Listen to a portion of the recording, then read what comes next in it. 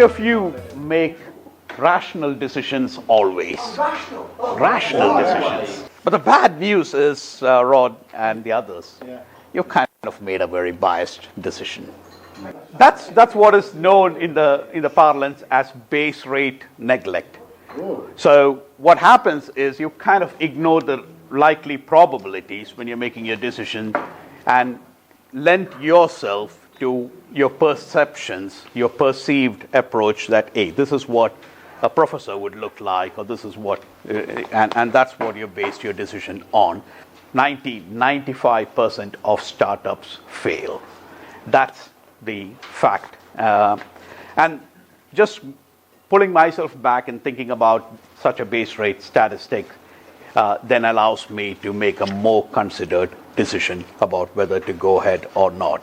So that's one example of a bias that impacts our decision making. Another common bias is what we call the confirmation bias. And that is when you always look for data that confirms your own beliefs or assumptions.